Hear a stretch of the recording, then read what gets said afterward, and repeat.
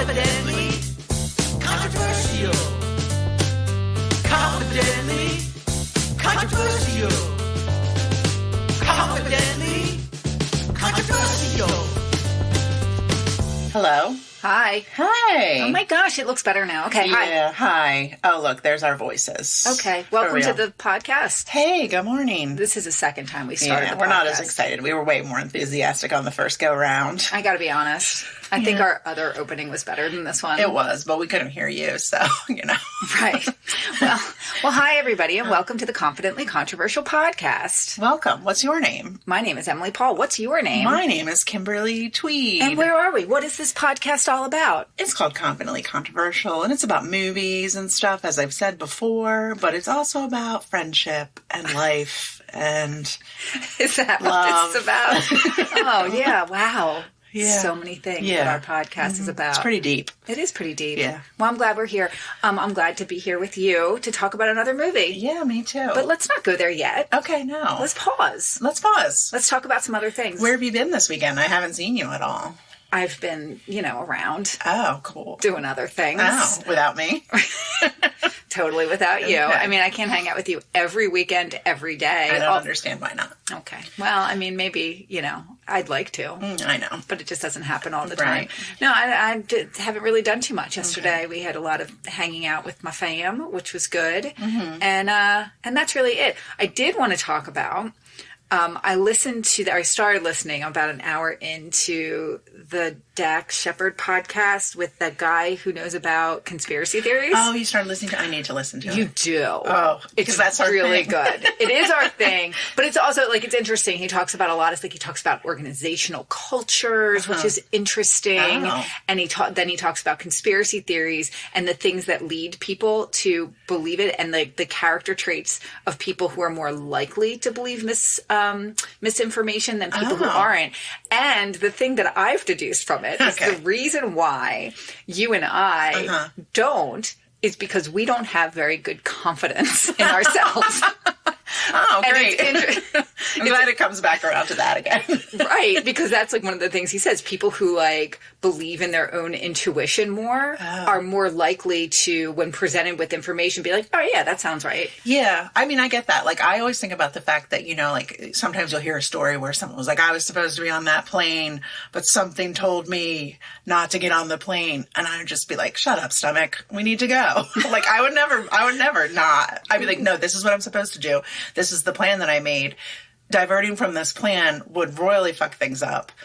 I would never. No. I don't think, and I also just think that, again, they also talk about confirmation bias.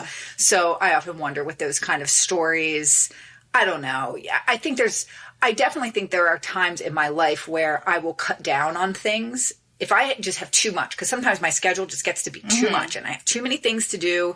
And it gets to a point where I just have to say, I'm not doing this. I'll start canceling some things. Yeah. And it's not because my gut is telling me I need to slow down. It's because I physically just cannot. And I know just for self-care and mentally. Yeah, but if you had a plane trip scheduled, you'd still get on the plane. It depends. No, But if I was someone, because some people, if I were really rich and it wasn't a big deal to buy a plane ticket, I didn't have to schedule it and I didn't have to do all the things, then canceling a plane ride would be a lot easier. If your stomach just hurt real bad and you were just like, something's telling me not to get on this plane. Yeah, but do you think that you would know what that feeling was? No, but I also just think that I've had other feelings for much lower stakes things. And again, if I were in a different position in my life where scheduling and paying for plane rides was not a big deal. So what you're saying is if you had more money, you'd believe conspiracy theories more. Potentially. Okay. No, not that. But I think if I had maybe also just thinking, again, people who believe in their own, listen to themselves, and I definitely don't. I don't trust myself with a lot of things, and I second guess myself all the time. And apparently, the good side of that is that we won't join a cult. No, and we won't. What would make you want to join a cult? No, the relaxingness of the whole thing, where you don't have to think and you can just follow the cult. I get that part of it. Yeah, I think I get very much confused between commune and cult. And I think the world is. I think there's a very it's gray area. But like that commune thing where it's like everybody chips in and we just all live together and we don't have to worry about money and we just kind of do our own thing. It's have sex with whoever. He's also in the cult. I don't care about the sex part.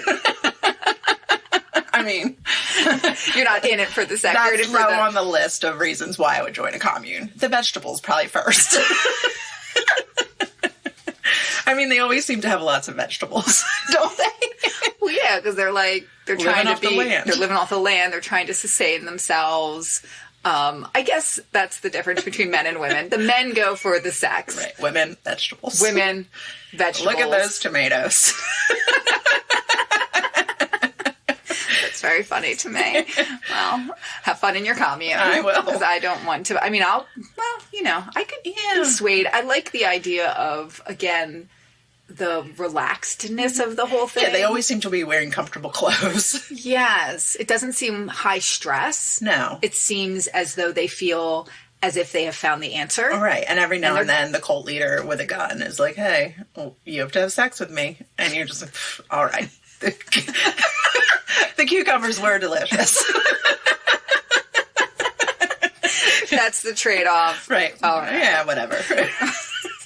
This is terrible. You're terrible people. Why? Because the people listening to the communes are going to be offended listening to the communes, living in a commune. We're not going to a commune. I mean, let's think of all the reasons we wouldn't. Oh, I know. So many. Do they get to shower all the time Probably or just share all that? Yeah, no. You probably have to shower together.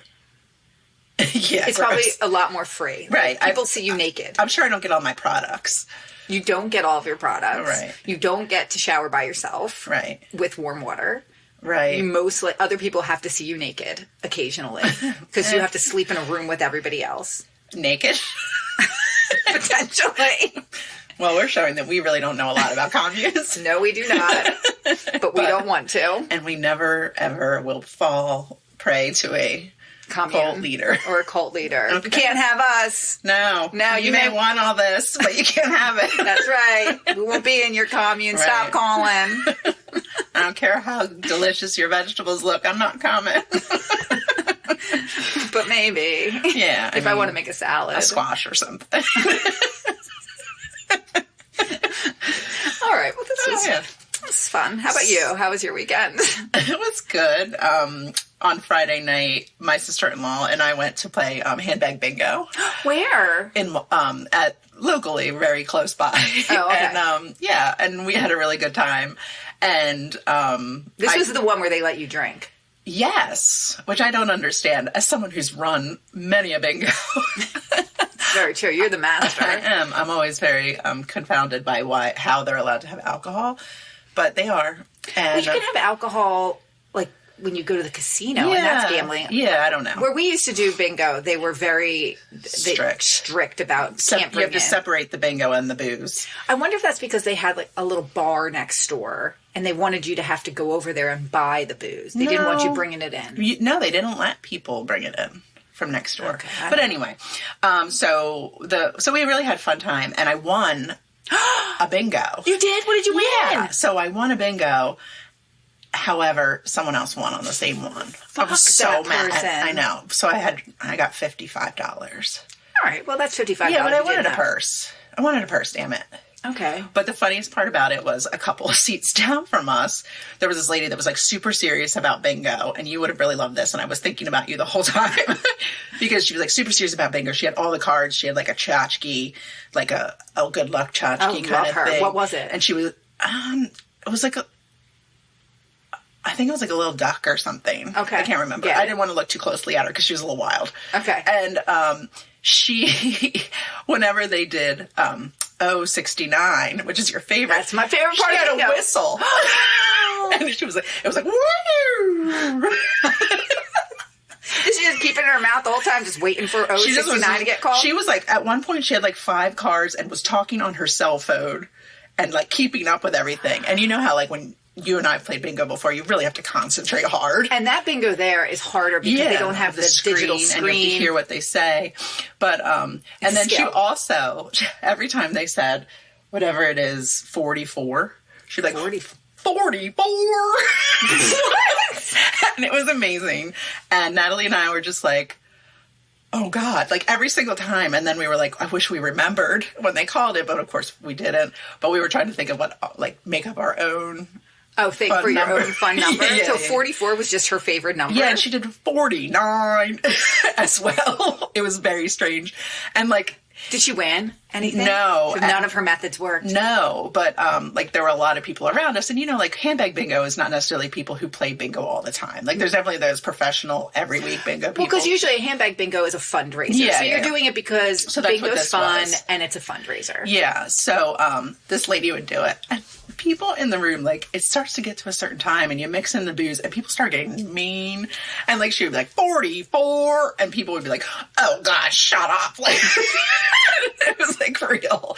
I got real nasty. Why would you be nasty about this? Because to me, I'm just like, yeah, lady, 44. I'd start saying it with Right, her. I know you would. But that's the kind of drinking Yeah. I do. So I thought you would appreciate the fact that she had the little whistle for, because, you know, I want that for next time. Oh, a little wheat woo. a little wee woo. Yeah. Sweet. What was the one when we watched Midnight Madness? Fweet. I need a fweet. Wheat.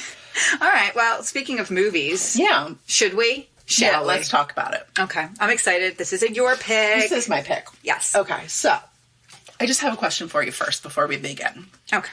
Do you have any Thanksgiving movie traditions? Thanksgiving movie traditions. For a short period of time, like before there were grandkids in the mix, we would go to the movies because a lot Not of your good grandkids, movies. your own kids. My kids. Yeah. Like not even just my kids, my sister's Yeah, children. yeah, So okay. I'm just saying grandkids in our family. Like my parents had grandkids. Okay. Before then, there was a brief window where we would go to the movies on Thanksgiving because there's always fun movies that come out on Thanksgiving. Thanksgiving's a big movie It's a big release movie weekend. Yeah, absolutely. So we would go to the movies on Thanksgiving. Okay. Prior to that, we watched the Macy's Thanksgiving Day Parade.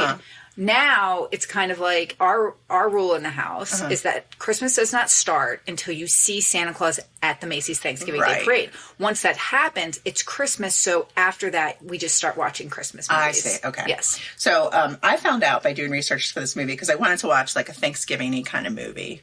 And I found out that this is actually a tradition for a lot of families to watch this movie on Thanksgiving Day. Okay. Which I had no idea. Because it does take place at Thanksgiving time. You know what movie I just thought of we watched all the time at Thanksgiving when I What? was younger? What? Because I used to play it on TV. It's a really old movie, though. Okay. It's March of the Tin Soldiers, the Tin Wooden Soldiers. Isn't that a Christmas movie, though? It is, but I feel like we would watch it on Thanksgiving. Oh. I could be wrong. Okay. Continue. It I has, will. I don't even know why I We're say not things like this. watching that today. That would be weird if we yeah, did. terribly weird. Okay. Okay, so this movie is, I read that it's couched securely between a road movie and a buddy picture. Okay. This movie opened on November 25th, 1987, Okay. which is the Wednesday before Thanksgiving. Excellent. And it did pretty well in its first weekend, although it came in third. It made about $7 million in its first weekend. Okay. I've heard worse. Cost about $15 million to make. Overall, made close to $50 million. Wow. So it was a it's popular big, movie. Popular movie. Okay. It was third behind. First place was Three Men and a Baby. Love that movie. That know. movie's on my list. Yeah, mine too. Yeah. We'll see who wins in the my. We gotta get Gutenberg in here. We got to get Gutenberg has a strong Social media presence, Yeah. which is a very Yeah. between Police Academy and Three Men and a Baby. I know, can't believe I know. Gutenberg. You're coming. Well, don't worry. No, I'm We're not righting saying it that. wrong today by bringing somebody in we haven't seen yet. Okay. So, and then the second was the re-release of Cinderella was in second place. The Disney movie? Yeah. Mm-hmm. Interesting. And Three Men and a Baby is also a Disney movie. Oh, good for Disney. Yeah. Good weekend. And then this was in third place. Okay. So this movie was written and directed by John Hughes. Okay. And it was actually notable in John Hughes' career because it was like a change in his repertoire.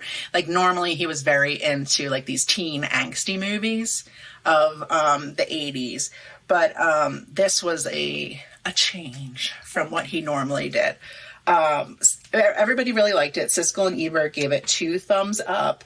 A lot of people called one of the actors in it, that said it was their best role to date. Yes. Is this our first John Hughes movie? It might be. That's interesting. I know. I'm interested to know what this movie is because I can't even think of it. Okay. So this stars 2 really huge comedy legends. The first is Steve Martin. The second is John Candy. Oh, this movie. You know what it is? This is such a great movie. Oh, this is Planes, Trains, and Automobiles. It is. Yes. Oh my gosh, I love this movie. Yeah, it's a good movie. And remember, he's trying to get home for Thanksgiving. I did not remember that. Yeah, but so excellent. I guess that's the whole connection to Thanksgiving. So, this, like I said, 1987, John Candy was only 37 at the time that he shot this movie, which I thought was very... How old was he when he died? 43. Oh my gosh, we're older than John Candy ever got to be. Yeah, I know. Ugh. I know. And Steve Martin was 42. Okay. So. Love Steve Martin. Yeah. This movie also stars someone called Layla Roberts, which who you'll recognize when you see it. Michael McKean. Yes, love him. Mm-hmm. Dylan Baker. And then Kevin Bacon has a cameo in this movie. Gosh, I don't remember. I feel like I've seen this movie. I don't remember the last time I watched it all the way through. I feel like for the past few years, I've pitched this to watch with my family a few different times, but then we just haven't. They're not into it. Not that they're not into it. I just feel like it just hasn't happened. Okay. Maybe this is the year because I just made my family watch Major League last night. Major Meek? Major League. Oh, did they like it? They all watched it and laughed at it. I mean, my husband loves it. Yeah. So it was fun, and it was fun to watch again. Even though I just watched it, I really enjoyed watching again. So yeah, okay. So, I'm excited for this one. This movie was started filming in February of 1987, and like I said, it was released in November 1987. Only filmed for 85 days. Wow. They were filming in New York. They wanted to film in Chicago, but there wasn't enough snow in Chicago, so they had to move it to upstate New York so they could get snow. And it's based off a story that John Hughes got a delayed flight one time, and it took him 5 days to get home. Oh wow. So he based writing the movie off of that. It's rated R. It was originally rated PG-13, but there's one scene in this movie where Steve Martin says the F word 18 times. That'll do it. And it's all in the same scene. And that's what made it get an R rating. I think that's a bum rap. Yeah. So just some fun things. I thought interesting things. Steve Martin, when he got the script for this, he wasn't really into it because he felt like it was way too long. It was 145 pages of script, which is way long for a comedy film. And John Hughes was like, I don't know what you're talking about. It's going to be fine, I guess. And the first cut of the movie ended up being 4.5 hours long. Oh, my Lord. So a little bit too much. Don't worry, it's only an hour and a half now. That's the sweet spot. Yeah. All movies need to be 90 minutes. It's noted because it has a terrible musical score. Okay. Some people were despite the fact that the music sucks, it's still a good movie. And one thing I read too was that Elton John had actually written a song to be in this movie, but it's never been released. Where is it? I know. I really want to hear it. Planes, trains. I don't even know what it would be like. It'd be amazing. I like your song I know. for it. It's good. It still does really well. It still holds up. It has 92% on Rotten Tomatoes today. Like I said, they called it John Candy's best role to date, which I guess wasn't hard because I can't believe he was only 43 when he died. I can't believe it either. We just watched Uncle Buck. Oh, yeah. That was after this movie. Okay. Mm-hmm. Uncle Buck is a great movie, too. Yeah, it's good. So he was born on October 31st, 1950, and died March 4th, 1994, age 43. He was from Canada. A big part of his early life was spent in Second City. And then on SCTV. He was actually married with 2 children when he died. Really? Yeah, which I really want to find out. What are those Candy kids doing? Oh, that's what I'm going to be Googling through this thing. That's really fantastic. I mean, everybody says, because he died before this age of podcasts where so many comedians talk about all these stories and share all this stuff, and you just always hear this stuff, all these wonderful glowing things about him. It sounds like he was a pretty good guy. Yeah. Don't tell me that he wasn't a bad guy. I didn't hear anything about him being a bad guy. What did he die of? A heart condition. And he was co-owner of the Toronto Argonauts, which is a Canadian football league, and he co-owned it with Wayne Gretzky. Wow. I know. They released 2 films posthumously, Wagons East and Canadian Bacon. Okay. Despite the fact that he was so young, he was in almost at least 45 films. Yeah. Which is a lot. He was in a lot. He was in Splash. Yeah, well, that's what that was his breakout role, was the like brother, The ne'er-do-well brother in in Splash. Splash. I love him in Splash. He's very funny. He was actually he was also in Stripes, Right. The Blues Brothers. His first movie was a movie called 1941. I don't know that movie. Which was a Spielberg movie that came out in 1979. And he was supposed to play the role of Louis Tully in Ghostbusters, which is actually the Rick Moranis role. They needed a Canadian. Yeah. And they're like, yeah, we need a Canadian, eh? So I don't know. I was kind of thinking about him, like, he gave me, in looking at him, because some of the pictures he would come up with this, like, big beard on. My understanding, like he's a silly guy, but at the same time, probably not silly in his whole life. Very much Philip Seymour Hoffman vibes.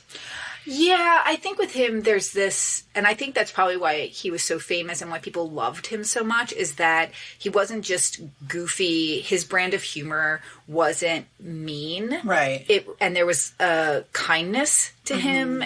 I don't know that I would say a sadness, but there's definitely, in this movie, there kind of is. Yeah, well, yeah. This movie, I might cry. Okay. It's all right. Don't make fun of me. I'm not going to. Well, it's funny. My son is here today because every so often one of the children likes to come along for a little ride over to Aunt Kim's house. Sure.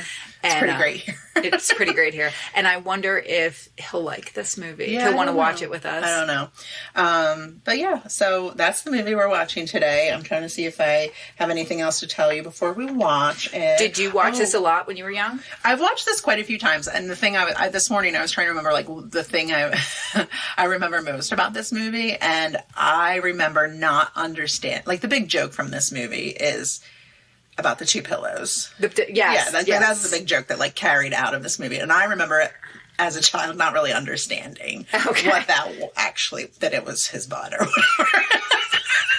Okay, everyone, what you did not say was when Kim said it was his butt, she made a hand gesture, like a chopping motion, as if she was chopping her hand between two cheeks. That's what it was. Chop those cheeks, Kim. Well, that's where his hand was. That's what he had to do to get in there. Before we break real quick, I wanted to tell you too, they've considered making remakes of this movie twice, and one of them was with Will Smith and Kevin Hart. Okay. Which I'm just like, which one is which? Right. I don't feel like you need to remake this. And then another iteration with Drew Barrymore and Adam Sandler, which I assume Adam Sandler is John Candy. Right. Well, I also think a movie like this, it's probably in some ways it's a road trip. Yeah. Comedy road trip. Buddy comedy road trip. I mean, these movies happen all the time, but I do think what makes this movie special is, in my recollection, is Steve Martin and John Candy. Yeah. So I'm excited. I'm really excited to watch it and see what we think. Awesome. We'll be back. Controversial.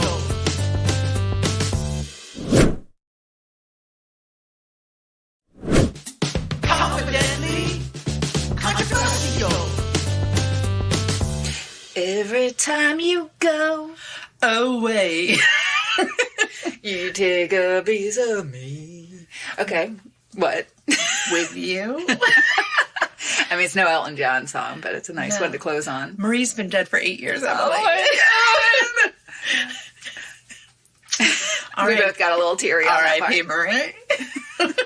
Aww. Yeah. R.I.P. They don't really, like, dwell on that very much. They're just like, here's the reveal. Let's move on. Let's wrap this movie up. Yeah. I mean, it's pretty, it's still sad, though. It was pretty sad. Yeah. All right. Let's talk about this movie. Yeah. I mean, it holds up. Yeah. It's a great movie. It is a great movie. It's definitely it's a great friendship movie. They're friends at the end. They are friends at the end, which is very nice.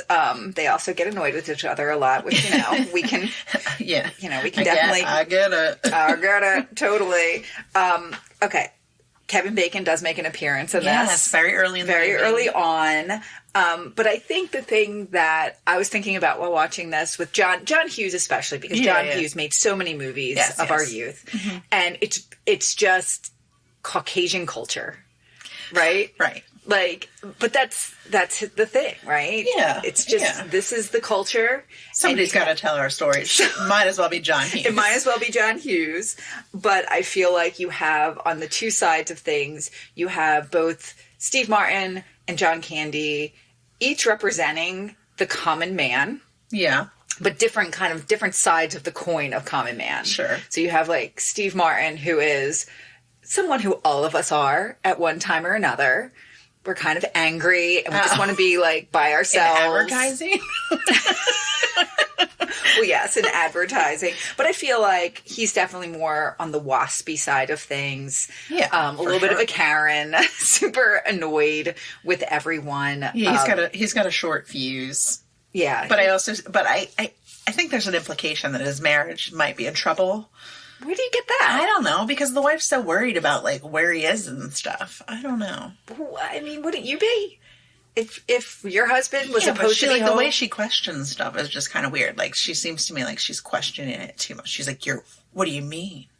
Where are you? With who? Yeah, well, I also think there's like the thing he says when he says, I've been traveling too much.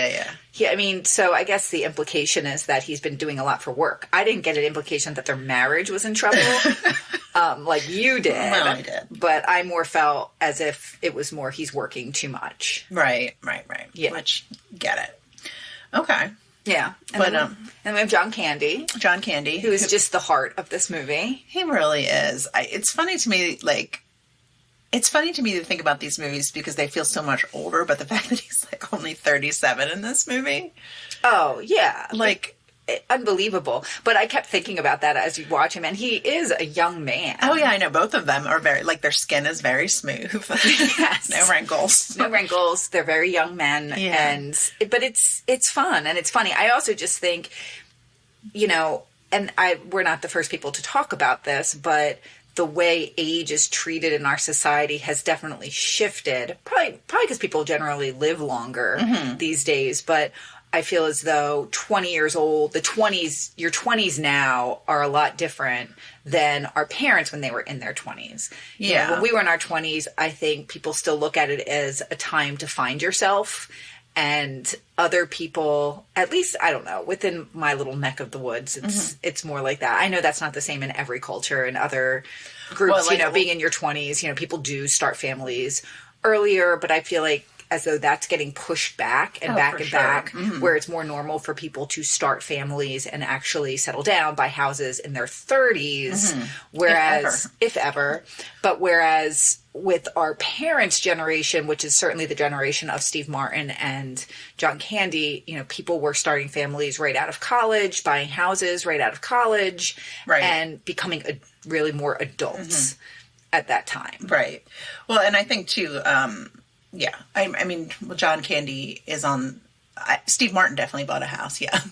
Because he's, like, very successful in advertising and stuff like that. But we get I feel like in this, John Candy he's a shower curtain ring salesman. But he says his wife's been dead for 8 years. Yeah, so she was 29. Yeah. Yeah. But, you don't know that. If you're watching this, though, he seems more like an old soul to me.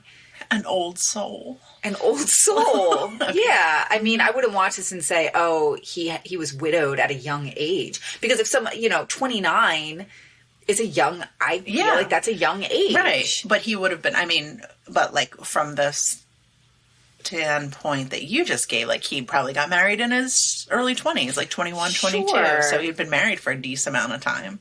Right. Yeah, I guess. I don't know. It's just very, but I think the movie itself, yes, it is a road trip movie. It's a buddy comedy. It's all these things. Steve Martin, I definitely think his character, it's weird because his character is definitely mean. Yeah, he's an asshole. But a lot of the stuff and the way that he acts, I know I've had those same thoughts and feelings where you just want to be alone. You don't want someone to talk to you on an airplane. Right. You're thinking these things in your head. He says them out loud, but I don't think he's I don't think he's voicing anything that many of us haven't felt before. Yeah, but I think too, like we see him in the beginning of the movie, he has a series of circumstances that make him late for his initial flight, right? It's like he's going to be late for this plane, and he's tripping and falling over things. Almost and, getting hit by a car like 12 multiple fucking times. Yeah. And so like I feel like he's been put in this mood. And then he has this realization, too, and that's when he meets the Dell character. And a lot of those circumstances that he's been in to make him late have been caused by this man. Sure. Because he, like, trips over his suitcase, and then his taxi cab is taken out from under him. Sure. By Dell as well. So it all boils up to the point where he is just ready to snap. Right. And they're all... But at the same time, it's all extenuating circumstances. I mean, he rushes to get on the airplane early, but even if he had gone on the 8 o'clock, it sounds like he still would have been stuck. Right, because of the snow. Mm-hmm. So it's not really necessarily Dell's fault. But I get it. I mean, he's at a breaking point for sure. Right. And John Candy's character, Dell, is definitely more of a glass half full kind of guy. Right. But when they're in that hotel room, so they end up getting a hotel room. The first hotel room. And, like, he's really mean to him. Oh, yes. Like, out of bounds mean to him. Out of bounds. Well, he even says, there's that whole thing where John Candy's like, well, you're not a very tolerant person. Right. And then he's really mean to Dell, and Dell's just kind of like, well, I don't see things like that, and kind of says, you're not, calls him out for being mean, right? Yeah, pretty much. But, like, he freaks the fuck out on him. He's, like, screaming and yelling at him. He jumps out of bed and is, like, causing a whole scene because, and granted, I mean, John Candy is being disgusting and being like, there's a lot of throat clearing in this movie. There is.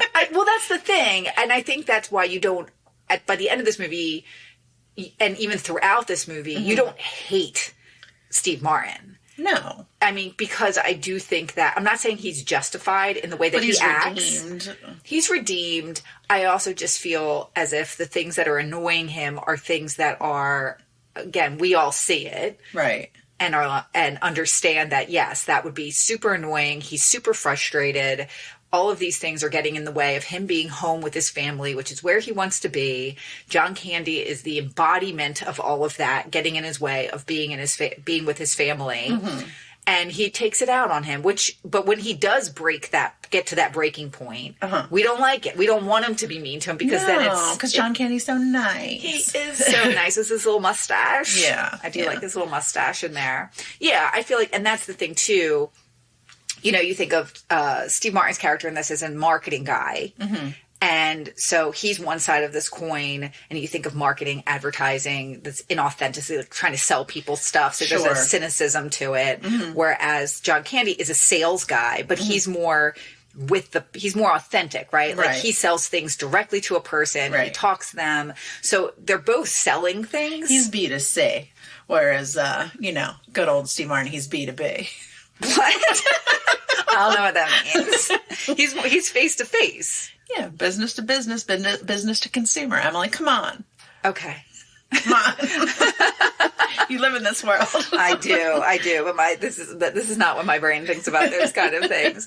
But I do think that that's how they're setting them up, with John Candy just being this more of like a raw nerves, authenticism to him. Yeah, but he's like super affable, and I think that they make that clear by all these connections that he has. Like he's like, oh, I got this guy that does this. I can get us a ride here because I know this guy who does this.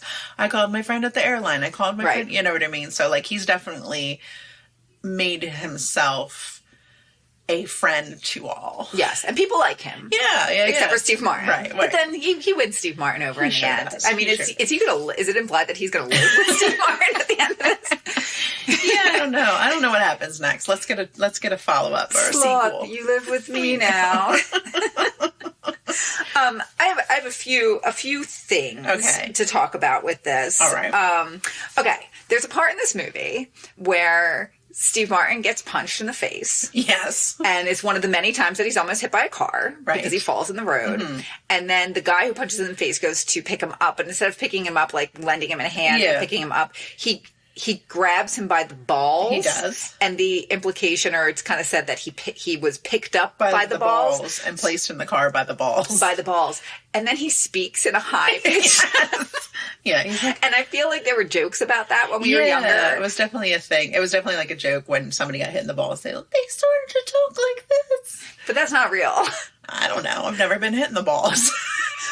I mean, you've been around people when they get hit in the balls. And Yeah, I think they make a big deal about it, and I don't really pay attention. I don't really give it much time.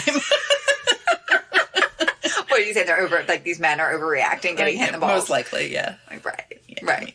I mean, if you got picked up by the balls, I really do see that being uncomfortable because, you know, it's an appendage. And well, you know, with women, you know, once a month your lady balls kind of explode a little bit inside once a your month body. you get picked up by the lady balls. Well, seriously. And it hurts a lot. Right. And we don't complain about it. We just go to work. No. So, yeah. But yeah, so I assume it would hurt if he did that, but... it wouldn't change your voice. I don't think it would change. I don't think it has an impact on your voice, but like I said, I don't know, nor do I give it much air. Well, I also wonder because the other implication was always if you cut off someone's balls, their voice would be higher, but I don't think that's the thing. I think it's just that you don't go through puberty, so your voice doesn't change. Yeah, but... but what if you already went through puberty? And you got your balls cut off? I don't think it would change your voice. Because you already have like an Adam's apple. I'm just saying. Well, don't they say too? Don't they say too? Like when you go through puberty and your voice changes, your nuts drop. And they keep dropping, right? Isn't that like the thing where they talk about like old men have balls? Listen, as I said before, I don't really pay a lot of attention to balls or nuts or whatever they're. You heard it here, people. Like I really don't. I'm sorry. I don't care about your balls.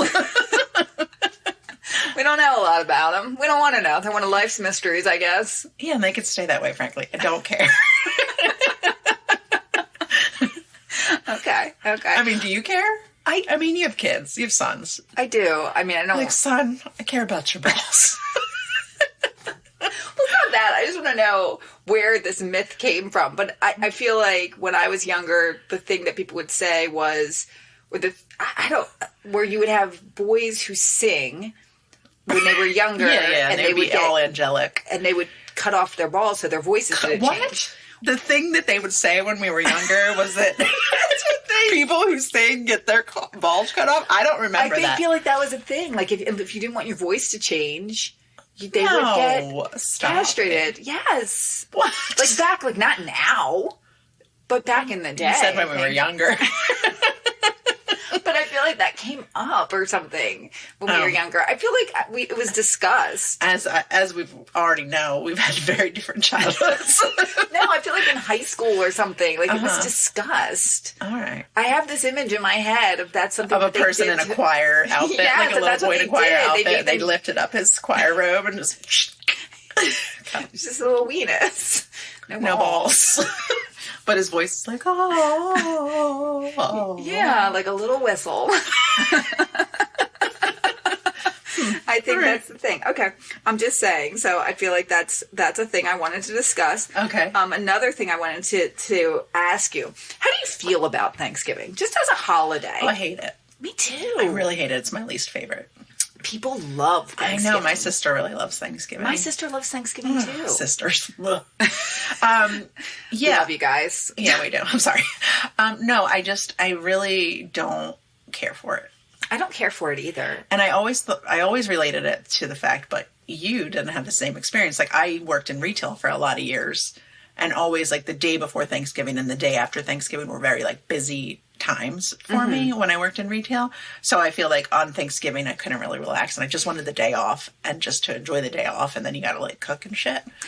I feel like even as a little kid, I never cared for it because I was just like, what is it? You eat turkey? Like what's, right. I don't even really like I could have turkey today if I wanted to. I know, but even as a kid, it wasn't exciting. It was just, I didn't get any presents. No. Right. I mean, I had to eat turkey. God forbid. Well, I mean, I don't like stuffing. It's gross. Yeah, I'm not a big stuffing person either. Cranberries, all right. Potatoes, all right. Sure. All right. Like, I mean, I like a turkey dinner now. Yeah. I don't like it all the time. But for Thanksgiving, I like the turkey, mashed potatoes, cranberry sauce. I'll have a gobbler. I'll have a gobbler. Well, you know my history with the gobbler. I know, but they're good. I'm sorry, they're good. They are. Although disappointing, Wawa last year option to add sweet potatoes to a gobbler. Don't have it this year. What? I know you can get sweet potatoes in your gobbler instead of regular mash. Or stuffing. Like instead of stuffing, you get sweet potatoes in there? No, I think you still have to get stuffing. When I lived in Philadelphia, you could go to a real deli and they would make like a real Thanksgiving sandwich. Oh, yeah. So we would do that in my the office where I worked. That We would sounds get delicious. those around Thanksgiving, and Yeah. it was a night. Yeah, it was really good. I like that. Really good. Yeah, I there's people that like. I thought about this recently, probably more than I should. But you know how like people have a thing where they like their foods all separated. What do you mean? Like a bento box? No, like kids, they won't let their foods touch. Like they have to eat mashed potatoes separately, peas separately. Like everything has to be separate. Mm-hmm. I'm very much the kind of person that I think you could just mash it all together. As I've grown up, when I was a kid, I think I was definitely more of don't let anything touch each other. But as I've gotten older, I see when you get a forkful, you got to get a little bit of everything on that forkful. Right. And I like the, as you know, one of my favorite foods is chicken croquettes. These are things I don't understand about you. But I like chicken croquettes with the mashed potatoes and the white gravy and a little bit of cranberry sauce on top. Yes. Because I like the cold with the warm. But I think that's why cranberry sauce is so good with Thanksgiving dinner. Yeah, it's all the same. What was the name of the chicken croquette restaurant we were going to open? Okay, croquet. And it was just going to be a lot of different kinds of croquettes, Yeah, because right? we figured out that you could, the croquet is like the vessel. Right, and it could be a lot of things. It could be made of anything. And it could be a dessert croquet. Oh. Yeah. Okay, croquet. Look for it, people. Okay, Coming croquet. soon. Coming soon. And if anybody starts that, it's cool. Just take the idea. We're but just invite us. Let us try your croquets. Yeah. Like, let us be a part of it. Yeah, we'll help you taste test. Yeah, for sure. For sure. Yeah. But Thanksgiving, I'm not a big fan No, of. I mean, I like the idea, like, in theory, the idea that you would spend the day with your family and, like, enjoy the day. Well, I like that part would of be it. nice, but it's always hot. Like I always feel, I very the much oven's equate, on yeah, all I very day. much equate the house being too warm. Yeah, no, it does. But I do like that part of it now, especially getting to family see. part. Yeah, getting to see my family is Yeah, very, yeah, very yeah. nice, and I enjoy that. And I get to see all my nieces are all off in their lives, and Are they all coming home for Thanksgiving? I believe so. Oh, that's nice. But my one niece, Libby, tries to make everyone have a color code with how they dress, Oh, no way. so that we really? could take pictures together. And one year, I will say, all the kids did it, and we have an amazing photo of the grandchildren that were around at the time. Like what color? Like fall colors? They were all fall colors, and they did a photo shoot outside. Nice. And with are the leaves and stuff. Yes, Right? I remember and that. these are some of the greatest photos ever. Okay. So I get what she's trying to do. It's just that she's got people, there's people in my family, like my husband, who's not going to go buy a new outfit to be Right, for right. Thanksgiving. Yeah, but people do that a lot. She'll be one of those grown-ups that has a family that she buys like matching outfits for their family photos. We did that one time. You bought outfits and stuff too? Well, I only got family photos one time in my life. Oh, okay. I should probably do it again. The last time my youngest And you was all like a wore baby. coordinating outfits? Not exactly, but it was kind of, there was What's like a the theme. deal with why? Why do you have to match? I guess because you want to have a good photo. So You're it's paying. aesthetically pleasing? Yeah, it's almost as you're paying for a photo. Sure. You want it to be a good photo. If you were doing like a photo shoot for something, you would probably have people wear certain things to coordinate. Yeah. But I don't know. I'm not, as you know, and we've talked about this at length, I'm not a photo family person. Right. Which, I know that there's people who like to get a lot of family photos. They do them like for all seasons. For all seasons, for all things. To me, it's just, they're lovely. The photos Yeah, are great. yeah. I just don't have that wherewithal to schedule that kind of thing. Yeah. My brother and sister-in-law have a lot of photos, like when she was pregnant, and they're beautiful, like because she took the time to pick out this beautiful outfit, and then like when the babies were like very, very little, she had pictures of them, and they are the most gorgeous photos ever because the baby's all teeny and like has like a pretty like the girls have these pretty bows on their heads, and they're just lovely. Like whenever they come up on my phone, I'm always like, oh Yeah, no, it's so not cute. bad. It's not a Right. bad thing. It's just No. I don't have the time to do it. And I know I'll get older and I'll be sad that I don't have any nice photos. I need to schedule them. I'm going to do that. I'm going to schedule some photos of my family. Okay. Okay. Good luck getting Percy to wear an outfit. Yeah, it's not going to be great. But Right. we'll try and do that. All right. What other questions about this movie did you have? Here's my question for you. Fuck, marry, kill. Oh, no. Go on. I'm ready. John Candy. Okay. Steve Martin. Kevin Bacon. Oh. All right. All right. I got to be quick because I can't you don't really have a lot think of about time. this. You don't have a lot of time. But I'm going to marry... You got to start with marry. I feel like you have to. You got to start with marry. I think I'm going to marry Steve Martin. Okay. And I'm going to... I don't know, but I don't want to kill John Candy. But I don't know. He'd probably be good to marry. I'd probably marry John Candy. Okay. But I don't want to kill Steve Martin. So I'll kill Steve Martin. I'll marry John Candy and I'll fuck Kevin Bacon. Kevin Bacon's always getting fucked.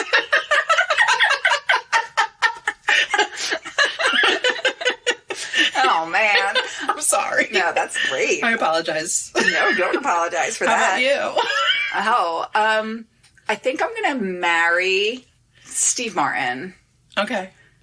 So you're going to kill John Candy? At least I'm dead. What? He's already dead. Stop! But he is. Emily. R.I.P. R.I.P.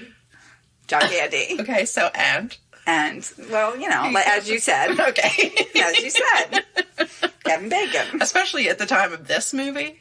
Oh, yeah. He looked great. He did look Yeah, great. his cheekbones are real. He didn't even speak in this No. movie. No, he didn't need to. Was he in any other John Hughes films? I knew there was I don't know if it was John Hughes, but he was in that movie, She's Having a Baby. Oh, yeah. Was that John Hughes? It seems like it was. It feels like a John Hughes Yeah. movie. I don't know. We'll look into it. Or we won't. I don't know what we're going to do. We say a lot of things that we're going to We look say into. a We never lot do. of things. But yeah, here's my other question. All right. Thanksgiving song. Oh, I know. They sang multiple Thanksgiving. Thanksgiving. I always sing the thong song during Thanksgiving. How did you know? Thanksgiving. Let me see that thong. Wait, you know what's weird? During this movie, it came up on my phone that Stephen King's wife almost divorced him because he's obsessed with the song Mambo No. 5. I get it. You get the obsession or you get the divorce? I get the divorce. Right. I mean, obsessed with that song? Yeah, there was like an article about it. I didn't have time How to can read you be it. obsessed with that song? Like a little bit. That's that song? Yeah. That's a weird song to be obsessed with. Like, I get being like, yeah, this song. Yeah, I like to dance No. 5. But how often can you listen to it? Right. Every morning, Stephen King wakes up and he's like a little bit of A little Stephen King in your life. Yeah, that's right. Okay, so you were saying about Thanksgiving songs. I could think of one. So we have a tradition in my family. The only Thanksgiving tradition we have is at 12 o'clock on Thanksgiving every year. We listen to Alice's Restaurant. That's so good. I love that. I tried making that more of a thing with my family. And it started because WZXL, the radio station, used to play it at 12 o'clock on Thanksgiving. Okay. I don't know if they still do it, but we always try to listen Does to everyone it. is everyone quiet and you listen to it, or you just put it on? We'll just put it on usually. Like sometimes we're quiet, sometimes we sing parts of it, sometimes not. But it has to be played on Thanksgiving. When I was in college, I had to do a thing for speech class, and I recited Alice's Restaurant. Oh, really? Yes. I don't know if I did the whole thing or if I just did. It is very long. I think I just did a part of it. I don't remember, but I had it memorized. So good for me. Good for you. Well, we had a dog named Arlo. Okay, after Arlo got 3? Yeah. Oh, nice. Yeah. Well, the song I think of was when we were in elementary school, and I bet you know it too, where it was like, turkey dinner, gather round. And you did it like a round where everyone started dicking. Because it's... Started to what? What'd they do ever? Started dicking. What? Start dicking. Sorry. Yeah, but they would start saying it at different times as you did with a round. Yeah, that's what a round is. That's exactly what a round is. It is. But yeah, I remember that. I'm sweating now.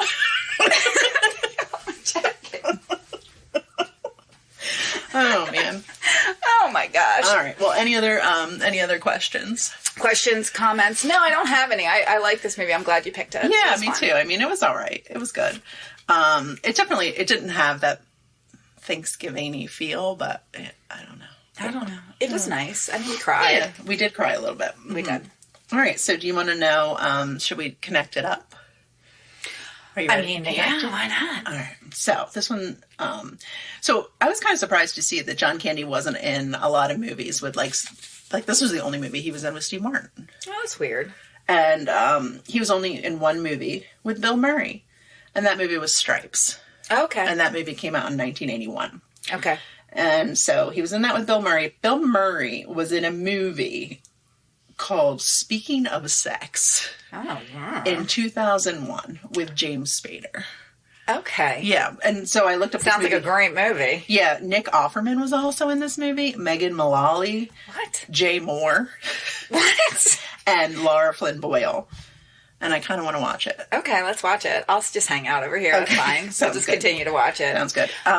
We need to tell everybody to visit our website. They should visit our website. Yeah. I was just looking at our website the other day. Uh-huh. It makes me happy. Yeah. I like because Kim made the website, and I like all the pictures you chose for all the different things. So I had fun just kind of scrolling through and looking at the pictures. It made me very happy. Well, it links to all of our episodes. Like, you can get directly on Apple and listen to a specific episode if you want to. You could. And, yeah. Oh, do you know that we're also on YouTube? Yeah, I heard that. We're on YouTube. You can look us up, Confidently Controversial. All our episodes are there, and so are all of our little shorts that we make, which are little clips. If you don't know what short means, it means it's shorter. I get it. We're Thank on you. TikTok, Confidently Contro. I'm not on TikTok, but we are. I don't understand why you're not on TikTok. Because it would suck my time. I would Suck your time? Suck my time.